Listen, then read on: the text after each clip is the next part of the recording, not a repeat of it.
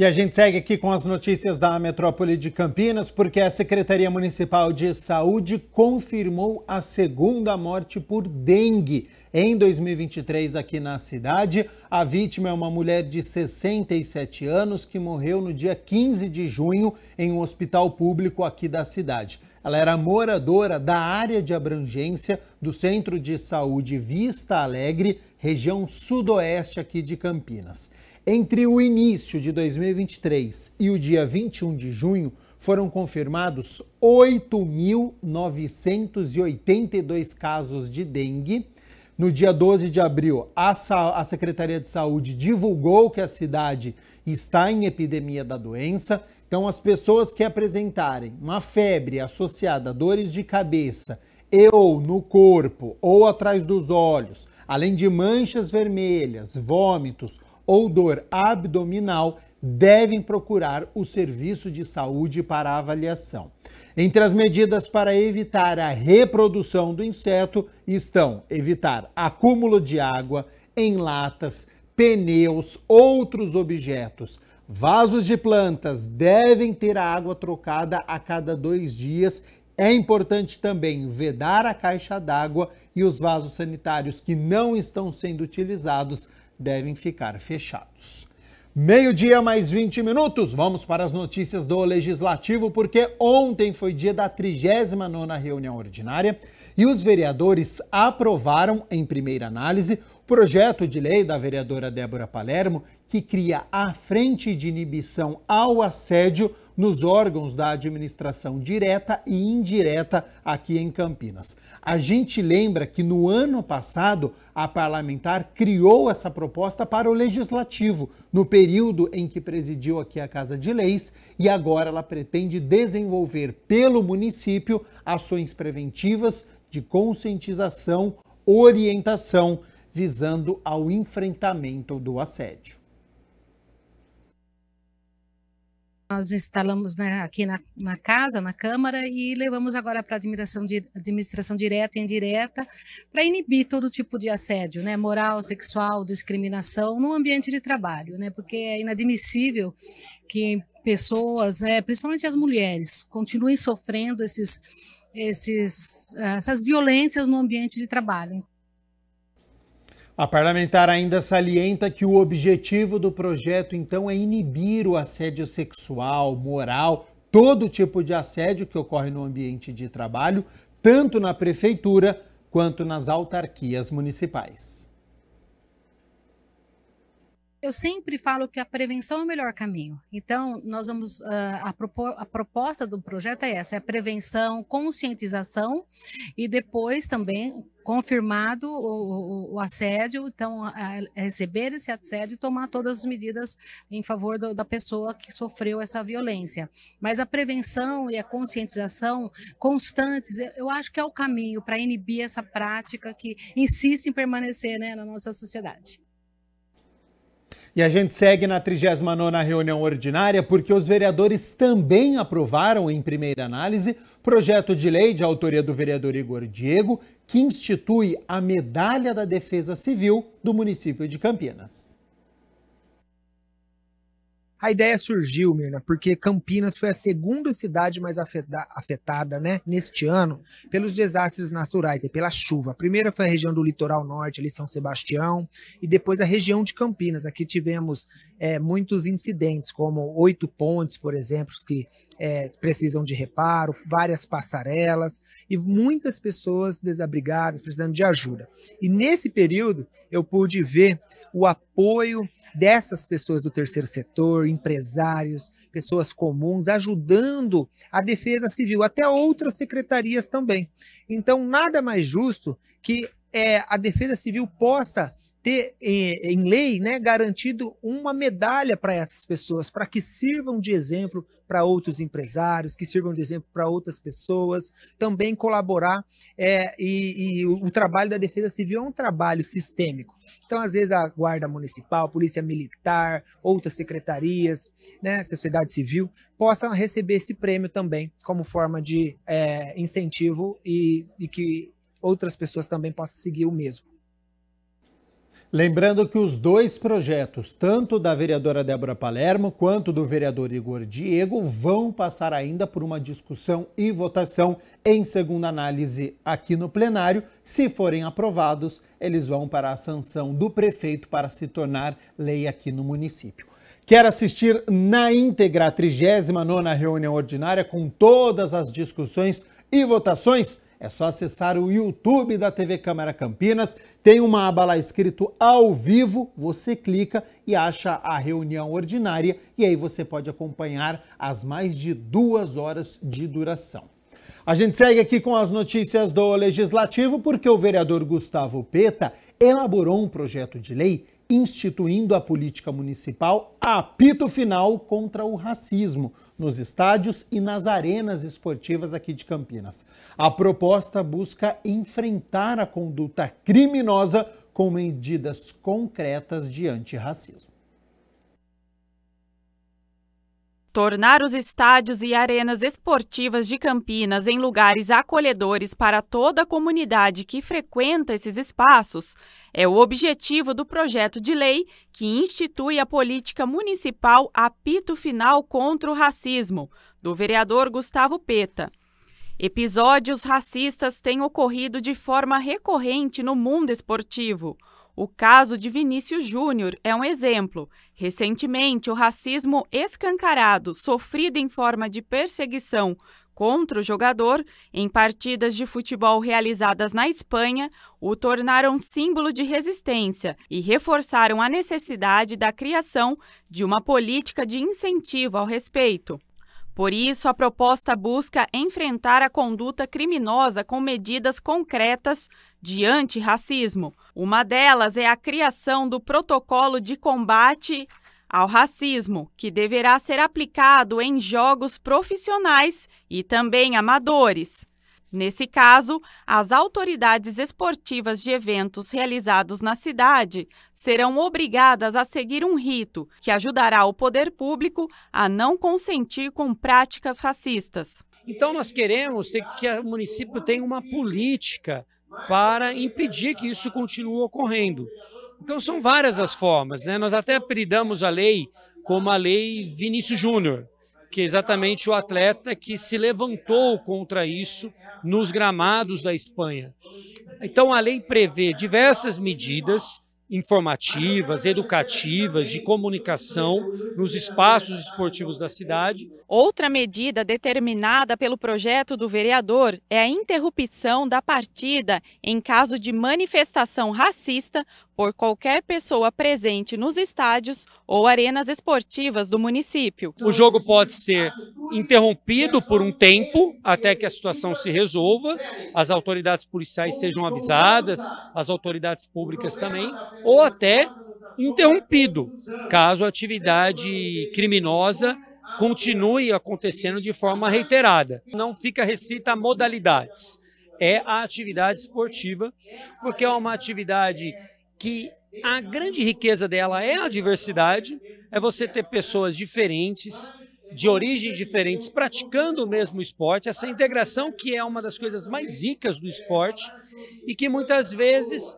é interrompida por uma manifestação de ódio, uma manifestação racista, e nós não podemos aceitar isso no nosso país, no mundo e também na nossa cidade. O projeto também determina que sejam estabelecidas outras ações, como a divulgação e a realização de campanhas educativas de combate ao racismo nos períodos de intervalo ou que antecedem os eventos esportivos ou culturais.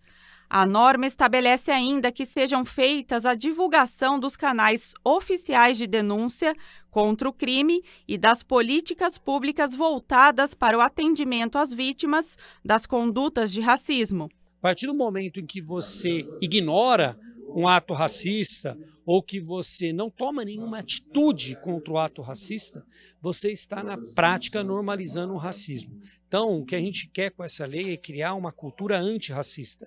É mais do que não ser racista, é ser antirracista. Presidida pelo vereador Carlinhos Camelô, a frente parlamentar que discute a revitalização do centro se reuniu e abordou o projeto Viva Campos Sales, que deve permitir o avanço da requalificação urbanística e viária da área central.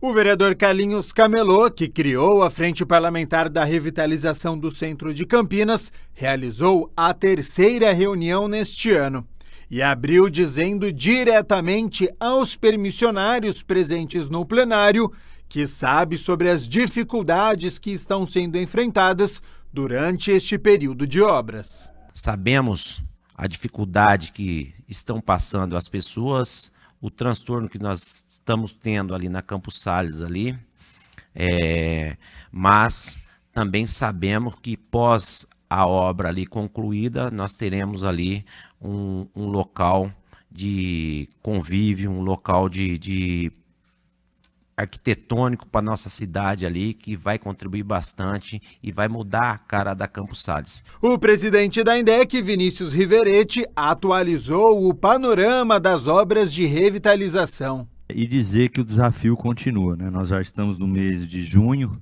né? A calçada, recentemente foi publicado aí a empresa vencedora, né? Que vai fazer as obras da calçada, então a calçada vai começar em breve. Isso vai melhorar muito ali a questão da sujeira, né? Nós acreditamos. E acho que as pessoas precisam, né? Principalmente os permissionários aí, precisam começar a ficar um pouquinho preocupado com relação ao prazo, né? Porque nós já estamos em junho e a calçada vai começar a ser construída. Então acho que é importante essa definição, né? Sobre as bancas. A obra realmente está seguindo o cronograma, que é até o final de dezembro, até o final do ano, né, ser entregue a obra. Maria Rita Amoroso, arquiteta e autora do projeto junto com a INDEC, explicou que os permissionários vão poder contar a própria história e que esse material vai ficar disponível através de um QR Code. A história ela vai ser contada no fundo da banca, em quem está na avenida. Ok? São fotos e na lateral, na parte de baixo, tem o QR Code que vai passar essa história toda que nós estamos propondo, que é do Centro Histórico de Campinas. As laterais, elas podem abrir, ok? Quem tiver a intenção de abrir um lado só, tudo bem, dois, tudo bem, isso não é o problema. Ao término, o vereador Carlinhos Camelô aprovou os avanços que aconteceram nesta terceira reunião, já que muitos permissionários, donos das bancas, participaram com perguntas e sugestões. Presença maciça deles ali que estão na Campos Sales, porque eles têm grandes dúvidas e está aqui todas as pessoas que podem responder e sanar essas dúvidas deles. Então eu achei muito importante que eles participaram e tiveram aí intervenções, ajudando, contribuindo e lutando para que eles mantenham naquele espaço padronizadinho que é a luta deles. A sexta reunião da Comissão Permanente de Políticas de Prevenção às Drogas, presidida pelo vereador Nelson Osseri, foi realizada aqui no plenário da Câmara Municipal e trouxe como debate o tema dependência química e os riscos dos canabinoides sintéticos. A Comissão Permanente de Políticas de Prevenção às Drogas, presidida pelo vereador Nelson Osseri, realizou sua sexta reunião na tarde de terça-feira no plenário da Câmara Municipal. A reunião foi aberta com a palestra Mecanismos de Dependência Química e o Risco dos Canabinoides Sintéticos, da médica psiquiatra Karina Diniz Oliveira. Campinas, uma cidade que é uma metrópole com maior do que 15 capitais, né, não tinha uma comissão de política de prevenção às drogas. Um tema tão importante, né, e a Câmara Municipal não tinha, e graças a esse projeto, hoje nós temos essa comissão, e eu estou pela terceira vez presidente dessa comissão desde o seu início. A palestrante, que também é professora doutora da Faculdade de Ciências Médicas da Unicamp e superintendente do Serviço de Saúde do Hospital Cândido Ferreira, explicou que os canabinoides sintéticos são substâncias produzidas em laboratórios e usadas para consumo ilícito. A maioria delas, e o canabinoide sintético é um dos exemplos, começam a ser desenvolvidos por questões clínicas mesmo, são laboratórios não clandestinos que desenvolvem algumas substâncias para procurar o tratamento mesmo para moléstias gerais, então às vezes câncer, dor. Qual que é o problema? É que essas drogas, elas passam a ser substâncias de abuso pelos efeitos que elas causam. Ela ainda esclareceu como funciona o mecanismo de dependência química no cérebro. É uma área muito primitiva do cérebro que está associada à sede, fome, desejo sexual.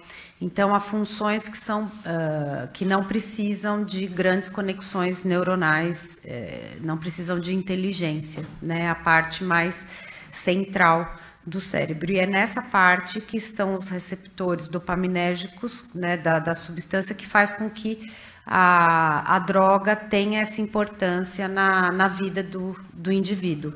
A abstinência, por exemplo, de algumas substâncias como o crack, ela é interpretada pelo cérebro como falta d'água, como falta de comida. A gravidade, entre aspas, é a mesma. Segundo Karina, drogas sintéticas como K2, K4 e K9 são facilmente encontradas no mercado, o que contribui ainda mais para o processo de dependência. A droga K2, também conhecida como Spice, contém uma mistura de produtos químicos que foram projetados para imitar os efeitos da maconha. De acordo com um levantamento do Centro de Informação e Assistência Toxicológica, o CIATOX, houve um aumento da detecção do uso dessas drogas no período pós-pandemia. Em 2017, apenas 3 casos foram detectados. Já neste ano, o número subiu para 10. E os efeitos no organismo, como afirmou a palestrante, chegam a ser até 40 vezes maior, podendo levar à morte. Os efeitos psicoativos de quem usou canabinoide sintético, às vezes eles perduram por 3, 4 dias, né? E são muito mais intensos. Pessoas que tiveram que fazer hemodiálise, tiveram que ir para diálise, e em decorrência do uso do canabinoide sintético, né? Da alteração cardíaca também muito mais intensa, então da taquicardia, a pessoa pode infartar. Por isso, Karina destacou a necessidade da elaboração de políticas públicas eficazes. Um exemplo é o investimento nas agências de regulação, entre outras medidas. Então, investimento em políticas de saúde, investimento em pesquisas, né? O CIATOX, por exemplo, da Unicamp, é um lugar que publica muito sobre isso, né? Eles têm várias publicações sobre as novas substâncias psicoativas. A coibição da comercialização, tanto porque é uma droga muito barata, quanto porque ela é muito acessível, né? Justamente por causa dessa questão da ilicitude. E o que a gente está fazendo no Cândido Ferreira é a capacitação das equipes de saúde para se prepararem para receber esses usuários. Para o presidente da Comissão de Prevenção às Drogas, o problema precisa ser combatido com o trabalho em diversas frentes. Isso, mas a gente não pode também só prezar por uma fórmula de tratamento. Acho que nós podemos acreditar também um pouco mais na questão da comunidades terapêuticas, que as ONGs, as entidades, né, aquelas mesmas cofinanciadas com o poder público, e as igrejas salvam mais vidas que o próprio poder público. A repressão ao tráfico de drogas, né, por onde entram as drogas.